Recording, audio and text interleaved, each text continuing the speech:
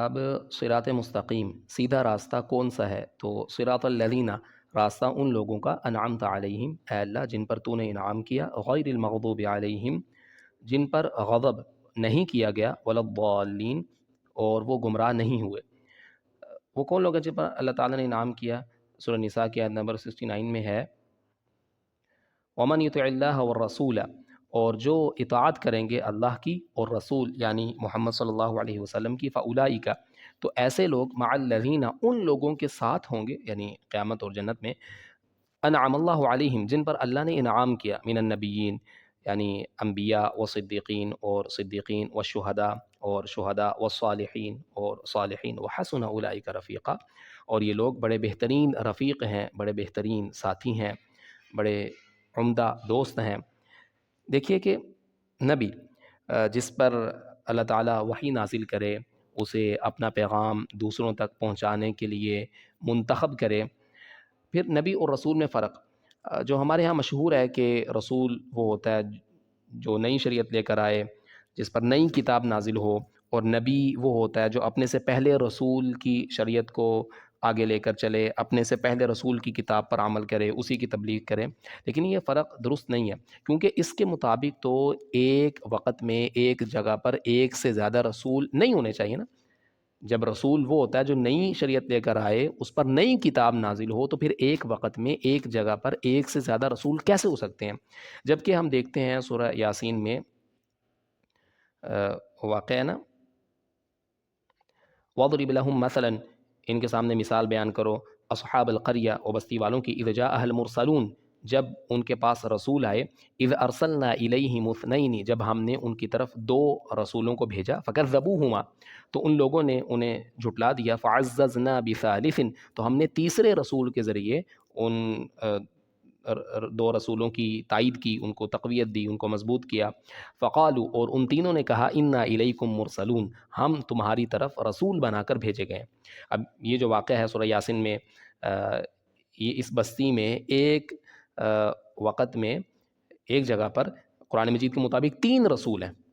تین رسول ہیں ایک وقت میں ایک جگہ پر۔ اگر ہم یہ کہیں کہ رسول نئی شریعت لے کر آتا ہے، رسول پر نئی کتاب نازل ہوتی ہے، تو پھر ایک وقت میں ایک جگہ پر تین رسول کیسے ہو سکتے ہیں؟ ٹھیک ہے؟ اور پھر ایک دوسرا فرق یہ بیان کیا جاتا ہے کہ رسول وہ ہے جس پر فرشتے کے ذریعے وحی نازل ہو، اور نبی وہ ہوتا ہے جس پر خواب میں وحی آئے۔ یہ فرق بھی درست نہیں ہے۔ صحیح فرق وہ ہے جو شیخ الاسلام ابن تیمیہ رحمہ اللہ کی کتاب ہے النبوات، اس میں ہے۔ یہ ویوالڈی اچھا براؤزر ہے، اس میں دیکھیے کہ النبوات شیخ الاسلام ابن تیمیہ کی ہے،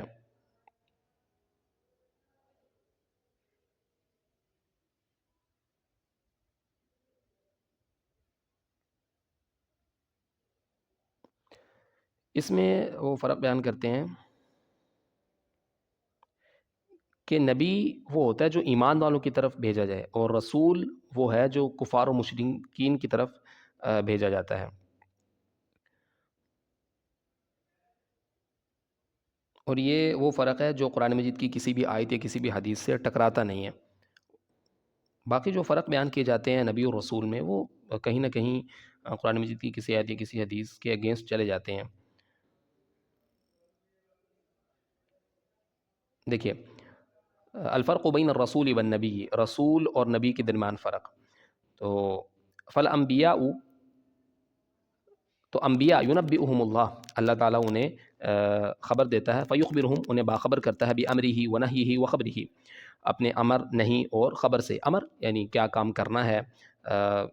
نہیں یعنی کس کام سے رکنا ہے، اور خبر یعنی ماضی کی باتیں اور مستقبل کی باتیں، پہلے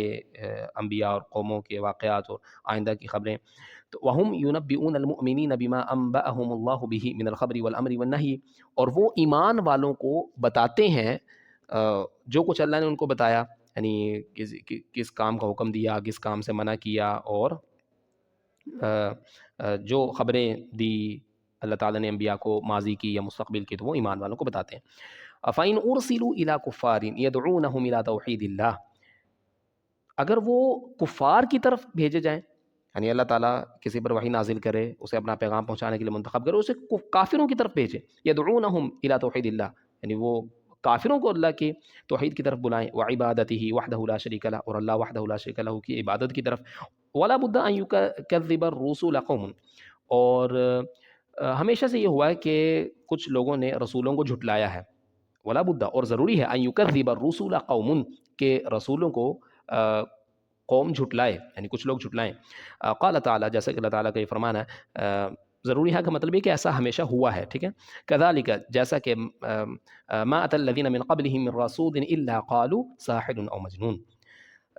ان سے پہلے لوگوں کے پاس بھی جب بھی کوئی رسول آیا تو ان لوگوں نے یہی کہا کہ یہ ساحر ہے یا مجنون ہے۔ اور اللہ تعالیٰ کا یہ فرمان، ما یقال لک الا ما قد قیل للرسل من قبلک، آپ کو جو کچھ بھی کہا جا رہا ہے اے پیغمبر، آپ سے پہلے رسولوں کو بھی یہ کچھ کہا جا چکا ہے۔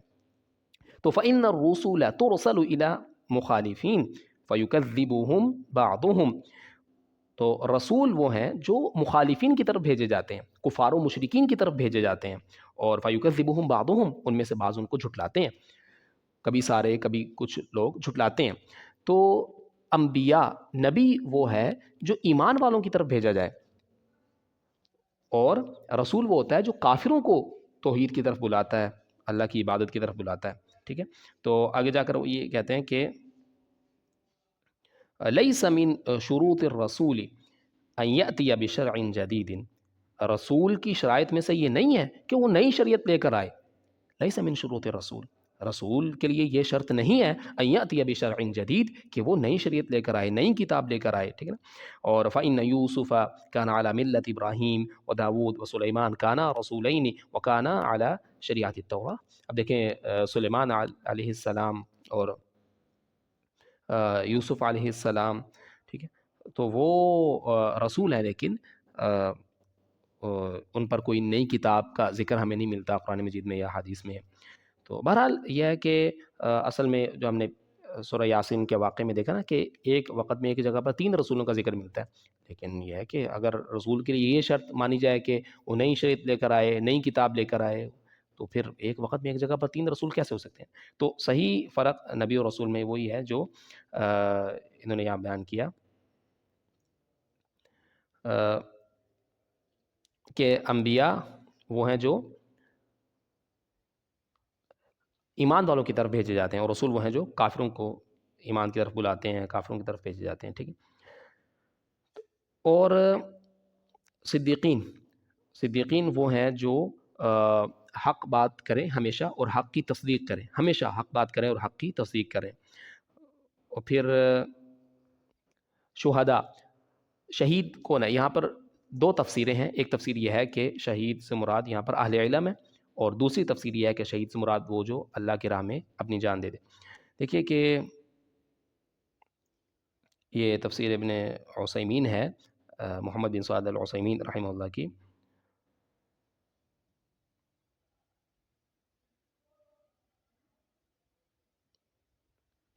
لیکن اما الصدیقون فالصدیق هو الذي صدق بالحق وقال بالصدق، کہ صدیق وہ ہے جو ہمیشہ حق بات کی تصدیق کرے اور ہمیشہ حق بات کہے۔ بینہ قول اللہ تعالیٰ، اللہ تعالیٰ کا یہ فرمان اس کی وضاحت کرتا ہے، والذی جاء بالصدق وصدق به، وہ جو حق بات لے کر آئے اور حق بات کی تصدیق کرے، اولئک هم المتقون، ایسے لوگ متقی ہیں۔ فالصدیق هو الذی قال بالصدق وصدق بالحق، صدیق وہ ہے جو ہمیشہ حق بات کہے اور حق کی تصدیق کرے۔ اور پھر شہداء، الشہداء جمع شہید، شہید کی جمع یہ لفظ نا شہداء۔ واختلف العلماء فیہم، اور اہل علم کا اختلاف ہے یہاں پر شہید سے کون مراد ہے، 2 تفسیریں ہیں۔ فقیل ان المراد بالشہداء اہل العلم، ایک تفسیر یہ ہے کہ شہداء سے مراد اہل علم ہے، علماء ہے، لقول اللہ تبارک و تعالی، اللہ تعالیٰ کا یہ فرمان، شہد اللہ انہ لا الہ الا هو والملائکۃ واولو العلم، اللہ تعالیٰ گواہی دیتا ہے، شہادت کا معنی گواہی دینا، اللہ تعالیٰ گواہی دیتا ہے کہ اس کے علاوہ کوئی خدا نہیں ہے، والملائکۃ واولو العلم، اور فرشتے اور اہل علم بھی گواہی دیتے ہیں، فرشتے اہل علم بھی گواہی دیتے ہیں، ٹھیک۔ اللہ تعالیٰ کے ساتھ یعنی اللہ تعالیٰ نے ان لوگوں کا بھی ذکر کیا، فرشتوں کا اور اہل علم کا۔ پھر وقیلا، اور ایک تفسیر یہ ہے، ان المراد بالشہداء الذین قتلوا فی سبیل اللہ، وہ لوگ جو اللہ کے راہ میں قتل کیے گئے، لقول اللہ تبارک و تعالی، جیسے کہ اللہ تعالیٰ کا یہ فرمان ہے، ولا تحسبن الذین قتلوا فی سبیل اللہ امواتا بل احیاء عند ربهم یرزقون، جو لوگ اللہ کے راہ میں مارے گئے انہیں مردہ نہ سمجھو، بل احیاء عند ربهم یرزقون، بلکہ وہ زندہ ہیں، انہیں رزق دیا جاتا ہے ان کے رب کے ہاں۔ دیکھیے کہ والصحیح، اور صحیح بات یہ ہے کہ ان الآیت عامۃ، کہ آیت عام ہے، ایبسلوٹ ہے، اس میں دونوں شامل ہیں، ٹھیک ہے، یعنی شہداء سے مراد یہاں پر اہل علم بھی ہیں اور وہ لوگ بھی ہیں جنہوں نے اللہ کی خاطر اللہ کے راہ میں جان دی، دونوں مراد ہیں، دونوں شامل ہیں اس میں، آیت عام ہے، ایبسلوٹ ہے، لأن العلماء شہداء، اس لیے کہ علماء بھی شہداء ہیں، استشہدہم اللہ سبحانہ وتعالی علی الخلق، اللہ تعالیٰ نے علماء کو، اہل علم کو گواہ بنایا مخلوق پر، فہم یشہدون بالحق ویشہدون علی الخلق، وہ حق کی گواہی دیتے ہیں اور مخلوق کے سامنے گواہی دیتے ہیں۔ پھر من اعلم الناس بصدق الرسل وبشریعت الرسل، کون ہے جو رسولوں کی صداقت کو اور رسولوں کی شریعت کو زیادہ جانتے ہیں؟ العلماء، وہ علماء ہیں، فیشہدون بالحق الذی جاءت بہ الرسل، تو وہ گواہی دیتے ہیں اس حق کی جو رسول لے کر آتے ہیں، وَيَشْهَدُونَ عَلَى الْخَلْقِ أَنَّ الرَّسُولَ بَلَّغُوهُ، اور اس بات کی بھی گواہی دیتے ہیں مخلوق کے سامنے، لوگوں کے سامنے، کہ رسولوں نے اپنا پیغام پہنچا دیا، رسولوں نے پیغام پہنچا دیا۔ تو رسولوں نے جو پیغام پہنچایا اللہ کا، تو گواہی کون دیتا ہے اس کی کہ رسولوں نے اپنا پیغام پہنچا دیا؟ بعد میں، رسولوں کے بعد، تو یعنی وہ جو رسولوں کا پیغام ہے وہ اہل علم کے ذریعے منتقل ہوتا ہے نا، آگے جاتا ہے۔ تو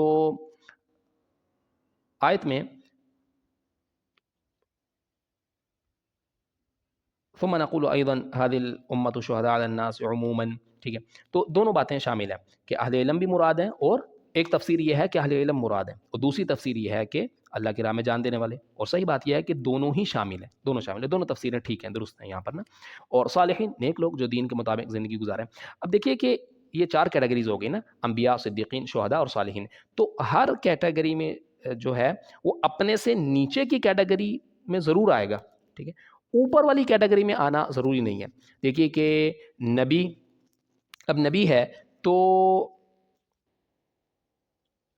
نبی لازمی طور پر صدیق بھی ہوگا، ظاہر سی بات ہے کہ ہر نبی وہ ہمیشہ حق بات کرتا ہے اور حق کی گواہی دیتا ہے، حق کی تصدیق کرتا ہے ہمیشہ، تو لازمی طور پر ہر نبی صدیق بھی ہے، اور لازمی طور پر شہید بھی ہے، یعنی وہ شہید کا معنی عالم، ٹھیک ہے، گواہی دینے والا، صاحب علم، ٹھیک ہے۔ تو اس تفسیر کے مطابق نا، اس تفسیر کے مطابق کہ شہداء سے مراد اہل علم ہے، تو اس تفسیر کے مطابق ہر نبی شہید بھی ہے، اور پھر ہر نبی صالح بھی ہے، دین کے مطابق زندگی گزارنے والا۔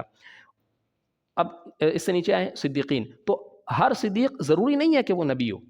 یعنی ضروری نہیں ہے کہ ہر صدیق نبی ہو، ہر صدیق نبی نہیں ہوتا، لیکن نیچے کی جو دو کیٹیگریز ہیں ان میں لازمی آتا ہے، یعنی ہر صدیق شہید لازمی ہوگا، یعنی وہ پہلی تفسیر جو ہے شہید کی کہ شہداء سے مراد اہل علم ہے، اس کے مطابق ہر صدیق لازمی طور پر شہید ہے، اور ہر صدیق لازمی طور پر صالح بھی ہے، ٹھیک ہے۔ اب اس سے نیچے آ جائیں شہید ہے، تو ضروری نہیں ہے کہ ہر شہید نبی ہو یا ہر شہید وہ صدیق ہو، ضروری نہیں ہے، لیکن یہ ضروری ہے کہ وہ صالح ہوگا، ٹھیک ہے۔ تو یعنی ہر شہید جو ہے وہ صالح ضرور ہوتا ہے، اور یا اس کو ہونا چاہیے، ضرور ہونا چاہیے، ٹھیک ہے۔ اور پھر جو ہے وہ صالح، وہ ضروری نہیں ہے کہ ہر صالح نبی ہو یا صدیق ہو یا شہید ہو، ضروری نہیں ہے، ٹھیک ہے۔ تو دیکھیے اب یہ ہے کہ غیر المغضوب علیہم، جن پر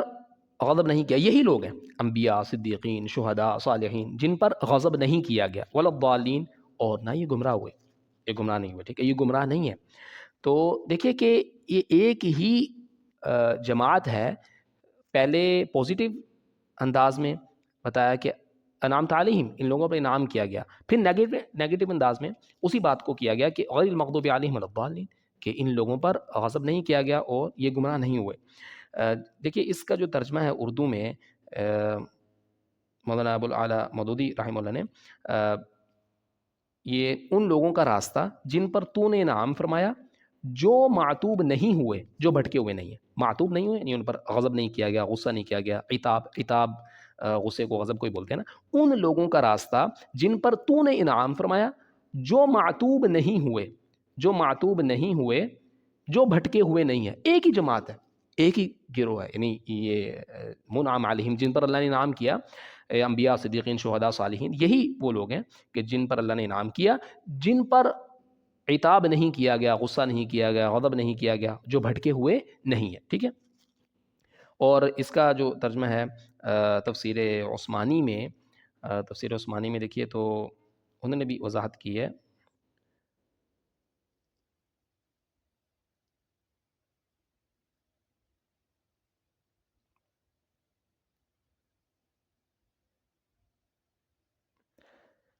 یہ تفسیر عثمانی ہے، اس میں پیج نمبر،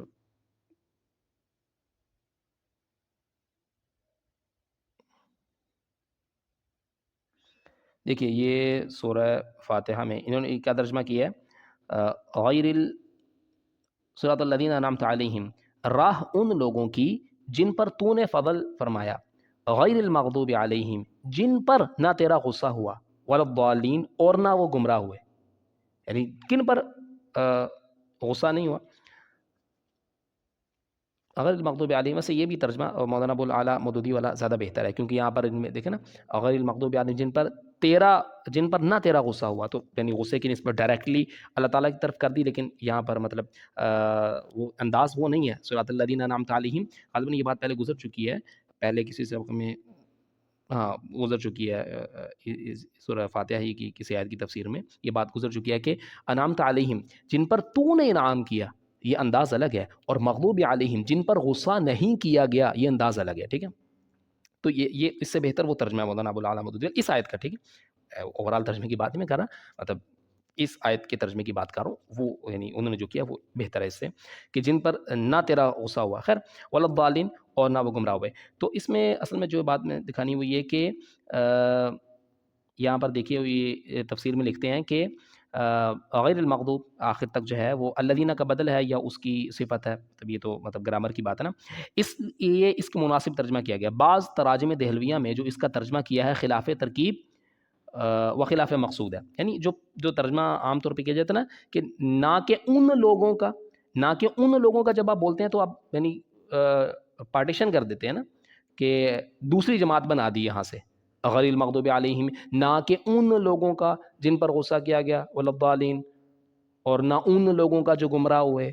تین گروپ بنا دیے، تین کیٹیگریز بنا دی، تین پارٹیز بنا دی. ٹھیک ہے. تو یہ ٹھیک نہیں ہے ترجمہ، یہ ایک ہی گروپ کی بات ہو رہی ہے. جن لوگوں پر اللہ نے انعام کیا وہی لوگ ہیں کہ جن پر اللہ کا غصہ نہیں ہوا، اور وہی لوگ ہیں کہ جو گمراہ نہیں ہوئے، بھٹکے ہوئے نہیں ہیں. ٹھیک ہے. باقی پھر غصہ کن پر ہوا، وہ مطلب یہود ہیں، ٹھیک ہے، جن پر اللہ تعالیٰ کا غضب ہوا، اور بھٹکے ہوئے کون ہیں، نصارہ ہیں. ٹھیک ہے. یہ روایات میں بات آتی ہے. ٹھیک ہے. اللہ کے رسول صلی اللہ علیہ وسلم سے یہ بات کہ یعنی یہ تفسیر کے مغضوب علیہم جو ہیں وہ یہود ہیں، اور ضالین جو ہیں وہ نصارہ ہیں، عیسائی ہیں. تو اللہ کے رسول سے جو روایتیں ہیں وہ تو سند میں یہ ثابت نہیں ہے اللہ کے رسول سے، لیکن بہرحال یہ ہے کہ ٹھیک ہے، یہ بات الگ ہے کہ مغضوب علیہم یعنی جن پر غضب کیا گیا وہ کون ہے، وہ یہود ہے. ٹھیک ہے. صرف یہود نہیں ہے، یہود کے علاوہ بھی. ٹھیک ہے. اور یہود کے علاوہ بھی وہ جن پر اللہ کا غضب ہو، یہ مطلب نہیں ہے کہ صرف یہودیوں پر ہی اللہ کا غضب ہے، ان کے علاوہ کسی پر نہیں.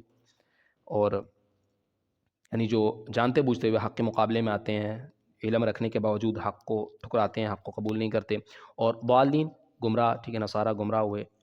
تو یہودیوں کے مقابلے میں ان کا علم کم ہے، اتنا علم نہیں رکھتے، تو وہ گمراہ ہوئے. تو دیکھیے کہ یہاں پہ سورہ فاتحہ ہماری کمپلیٹ ہو جاتی ہے. صراط الذین انعمت علیہم راستہ ان لوگوں کا جن پر تو نے انعام کیا، غیر المغضوب علیہم جن پر غصہ نہیں کیا گیا یا جو معتوب نہیں ہوئے. ٹھیک ہے. یہ ترجمہ بہترین ہے. ولا الضالین اور وہ گمراہ نہیں ہوئے، وہ بھٹکے ہوئے نہیں ہیں. تو دیکھیے کہ اس کے بعد پھر ہم آمین بولتے ہیں آپ صلی اللہ علیہ وسلم کی سنت کی اتباع میں، آپ صلی اللہ علیہ وسلم کی سنت پر عمل کرتے ہوئے، کہ آپ جب سورہ فاتحہ پڑھتے تو آمین کہتے ہیں. آمین کا معنی ہے اے اللہ قبول فرما. آمین کا معنی ہے اے اللہ ہم نے جو دعا مانگی ہے اس کو قبول فرما. اور پھر یہ سورہ فاتحہ، یہ اس کا ایک نام ام الکتاب بھی ہے، ام الکتاب، اور ام القرآن بھی ہے، اور اس کا ایک نام سورۃ الشفا بھی ہے، اور سورۃ الکنز بھی ہے، کنز کا معنی خزانہ، اور سورۃ تعلیم المسئلہ بھی ہے، تعلیم المسئلہ یعنی دعا سکھانا، دعا سکھانا، یہ بھی اس کا نام ہے۔ اور پھر اور بھی کئی نام ہیں اس کے، ام الکتاب، ام القرآن، یہ مشہور ہے، سورہ فاتحہ کے بعد سب سے زیادہ یہ نام مشہور ہے اس کا۔ اور دیکھیے کہ اس کی جو فضیلت ہے، ایک تو یہ ہے نا کہ ایک تو یہ ہے کہ یہ قرآن مجید کی سب سے عظیم صورت ہے، قرآن مجید کی سب سے عظیم صورت ہے۔ دیکھیے کہ یہ حدیث ہے، آپ صلی اللہ علیہ وسلم نے ابو سعید خدری رضی اللہ عنہ سے فرمایا تھا کہ میں تمہیں قرآن مجید کی سب سے عظیم صورت سکھاتا ہوں، اور پھر آپ صلی اللہ علیہ وسلم نے سورہ فاتحہ سکھائی۔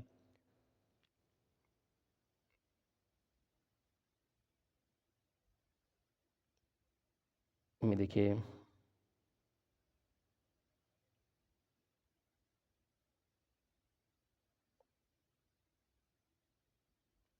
یہ صحیح بخاری کی حدیث نمبر 4474 ہے، مطلب صحیح بخاری میں کئی جگہ پر یہ حدیث آئی ہے کہ ثم قال علی، پھر اللہ کے رسول صلی اللہ علیہ وسلم نے، سوری ابو سعید خدری میں نے بولا، یہ ابو سعید خدری نہیں ہے، ابو سعید بن المعلہ ہیں، ٹھیک ہے، ابو سعید خدری وہ دوسرے صحابی ہیں، یہ ابو سعید بن المعلہ ہیں، ٹھیک ہے۔ اور یہ ہے کہ ثم قال علی، پھر اللہ کے رسول نے مجھ سے فرمایا، لو علمنک سورۃ ہی اعظم السور فی القرآن قبل ان تخرج من المسجد، کہ میں تمہارے مسجد سے نکلنے سے پہلے تمہیں قرآن مجید کی تمام صورتوں میں سب سے عظیم صورت سکھاؤں گا۔ تو پھر جو ہے نا، تو پھر ثم اخذ بیدی، پھر آپ صلی اللہ علیہ وسلم نے میرا ہاتھ پکڑا، اور فلما اراد ان یخرج قلت له، جب آپ نکلنے لگے تو میں نے کہا، اللہ کے رسول الم تقل، کہ آپ نے نہیں کہا تھا لعلمنک سورۃ ہی اعظم سورۃ فی القرآن، کہ میں تمہیں قرآن مجید کی سب سے عظیم صورت سکھاؤں گا؟ قال الحمد للہ رب العالمین، تو اللہ کے رسول نے فرمایا الحمد للہ رب العالمین ہی السبع المثانی، یہ وہ 7 آیتیں ہیں جو بار بار دہرائی جاتی ہیں، والقرآن العظیم الذی اوتیتہ۔ تو ایک تو یہ ہے اس کی فضیلت، اور دوسری فضیلت اس کی یہ ہے کہ دوسری فضیلت اس کی یہ ہے کہ یہ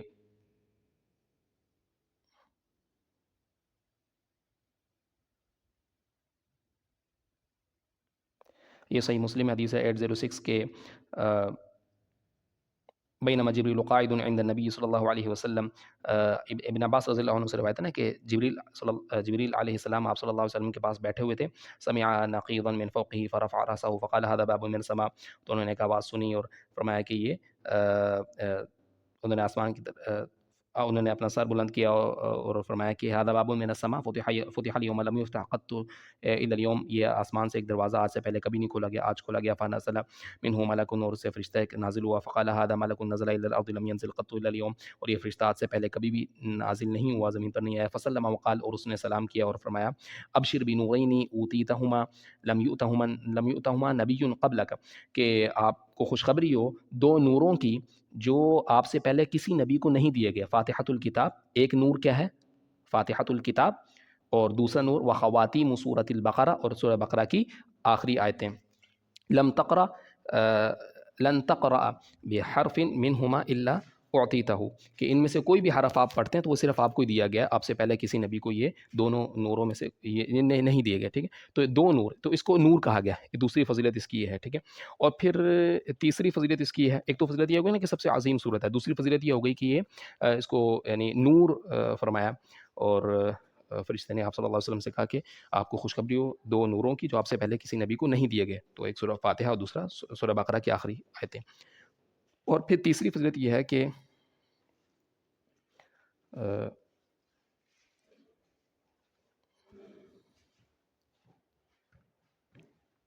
ابو سعید خدری رضی اللہ عنہ نے ایک شخص کو دم کیا جس کو بچھو نے کاٹ لیا تھا، تو سورہ فاتحہ پڑھ کے دم کیا نا، اور پھر جب وہ نبی صلی اللہ علیہ وسلم کے پاس آئے تو نبی صلی اللہ علیہ وسلم نے ان سے فرمایا کہ وما یدریک انہا رقیۃ، تمہیں کس نے بتایا کہ یہ رقیہ ہے، دم ہے، رقیہ دم کو بولتے ہیں نا، تو اللہ کے نبی صلی اللہ علیہ وسلم نے ابو سعید خدری سے فرمایا کہ تمہیں کس نے بتایا کہ یہ رقیہ ہے، تو یعنی اس میں شفا بھی ہے، ٹھیک ہے۔ یعنی ابو سعید خدری رضی اللہ عنہ نے ایک شخص، ایک سردار تھا قوم کا، اس کو بچھو نے ڈس لیا. تو ابو سعید خدری رضی اللہ عنہ نے ان کو سورہ فاتحہ پڑھ کے دم کیا, اور جب نبی صلی اللہ علیہ وسلم کے پاس آئے تو آپ نے صلی اللہ علیہ وسلم تو آپ نے ان سے فرمایا کہ وما یدریک انہا رقیۃ, تمہیں کس نے بتایا کہ یہ رقیہ ہے, دم ہے, تو یہ سورہ شفا بھی ہے. ٹھیک ہے, تو 3 فضیلتیں ہوں گی. ایک تو یہ سب سے عظیم صورت ہے, دوسرا یہ کہ اس کو یہ نور ہے, تیسرا یہ کہ یہ شفا بھی ہے, اس میں شفا ہے. ٹھیک ہے, تو یہ 3 فضیلتیں ہیں اس صورت کی. اور پھر یہ ہے کہ یہاں پہ آج ہماری صورت کمپلیٹ ہوتی ہے.